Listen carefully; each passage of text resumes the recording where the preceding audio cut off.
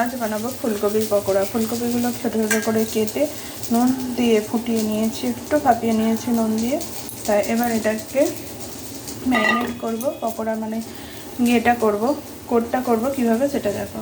তাই এখানে একটা বাটি নিয়ে নিয়েছি, নিয়ে নিলাম আদা রসুন আর কাঁচা লঙ্কা বাটা। আদা রসুন কাঁচা লঙ্কা বাটা নিলাম বিট নুন,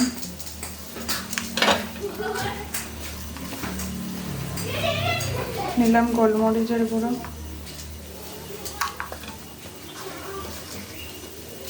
নিলাম একটু গরম মশলা গুঁড়ো,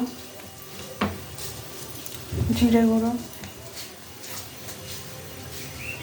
ধনে গুঁড়ো, হলুদ।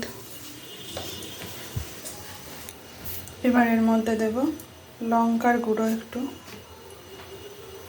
লঙ্কার গুঁড়োটা ঝাল যেরকম খাবে সেরকম অনুযায়ী দেবে। এবার দিয়ে দিলাম একটু সস।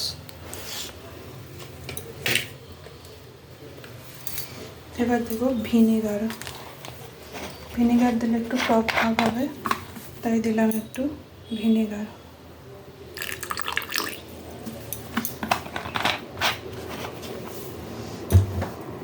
এবার এটা জল দিয়ে গুলে নেব।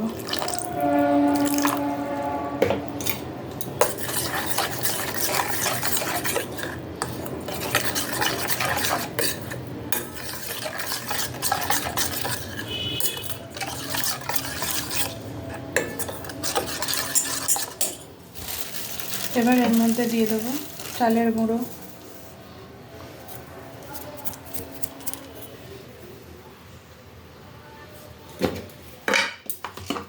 এবার দেব বেসন।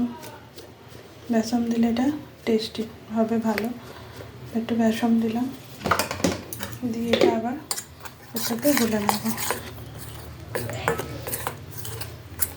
জল দিতে হবে, জল দিয়ে গুলে নেব।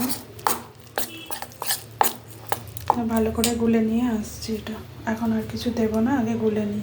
এই দেখো বেসনটা রেডি করে নিয়েছি, ঠিক এইভাবে নিয়েছি। এবার এই বেসনটা পুরো রেডি।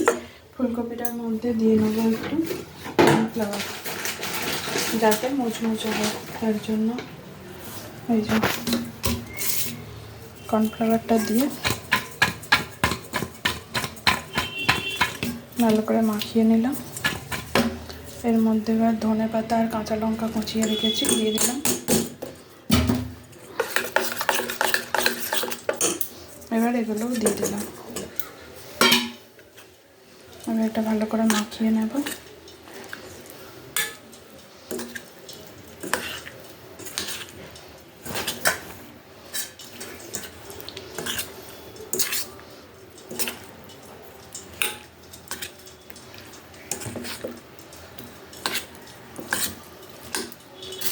শীতকালে ফুলকপির পকোড়া খাওয়ার মজাই আলাদা।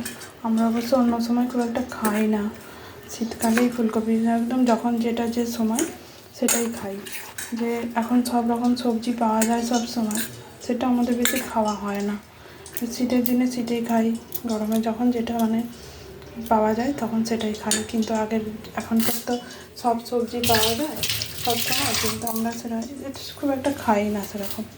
তাই চলো কড়াই তেল বসিয়ে দিয়েছি, এই দেখো কড়াই তেল বসিয়ে দিয়েছি। এবার তেলটা হলে একে একে ভাজবো। তোমাদের এই আমার ফুলকপির পকোড়াটা কেমন লাগলো কমেন্টে জানিও।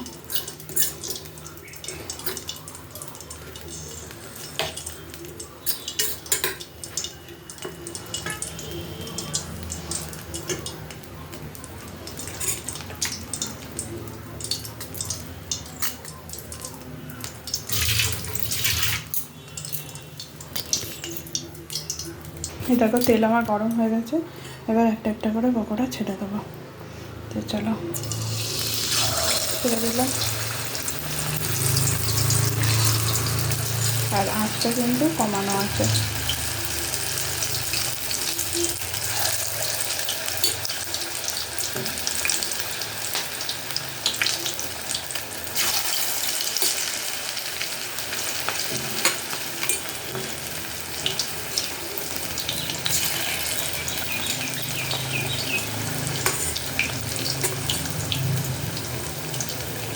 আর দেবো না, ফাঁকা এটা আবার পরে ভাজবো।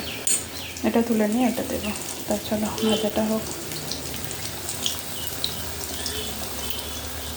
এই দেখো এটা ভাজা হয়ে গেছে, দেখতে পাচ্ছ লাল হয়ে কড়কড়ে হয়েছে। অনেকক্ষণ ধরে এটা ভাজতে হবে, তবে এটা এই দেখো কড়কড়ে হয়েছে।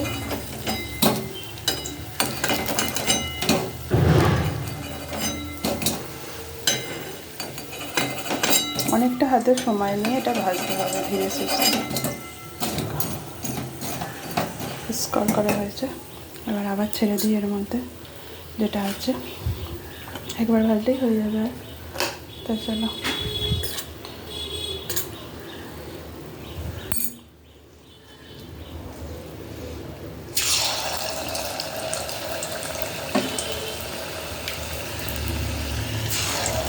মাছটা কিন্তু কমানোই আছে গ্যাসটা।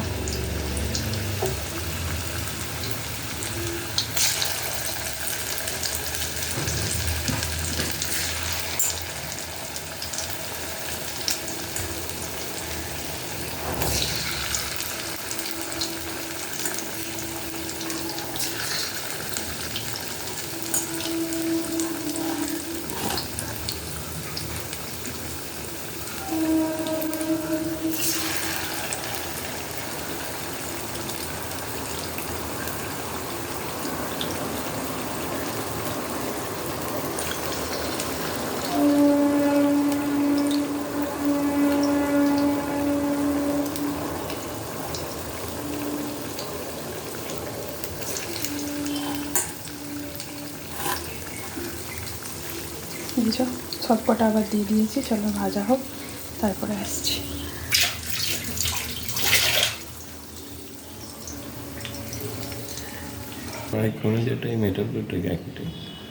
এই দেখো কড়কড়ে রান্না হয়েছে, হয়ে গেছে আমার ফুলকপির পকোড়া। এখানেই রাখি, পরে আবার দেখা হবে। কতগুলো ভেজে তুলেছি, কতগুলো কমে গেছে। আর একটু খেয়ে দেখো কেমন হয়েছে। এটা খেতে কেমন হয়েছে? ভালো হয়েছে। চাট মশলা দেবো? আচ্ছা, উপর থেকে চাট মশলা দিলেই ভালো লাগবে। তাই চলো, তোমাদের আমার এই পকোড়াটা কেমন লাগলো কমেন্টে জানিও। এখন এখানেই রাখি, আবার পরে নতুন কোনো ভিডিও নিয়ে চলে আসবো তোমাদের সাথে। ততক্ষণে ভালো থেকো, সুস্থ থেকো।